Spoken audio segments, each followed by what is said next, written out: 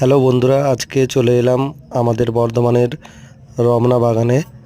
আজকে আপনাদেরকে এইখানে অনেক মন্দির আছে, সূর্যদেবের মন্দির এবং মহাদেবের মন্দির, গণপতি মন্দির। তো আপনাদেরকে মহাদেবের মন্দির দর্শন করাবো। তো আমি চলে এলাম রমনা বাগান, আপনারা দেখুন, খুব সুন্দর একটা জায়গা।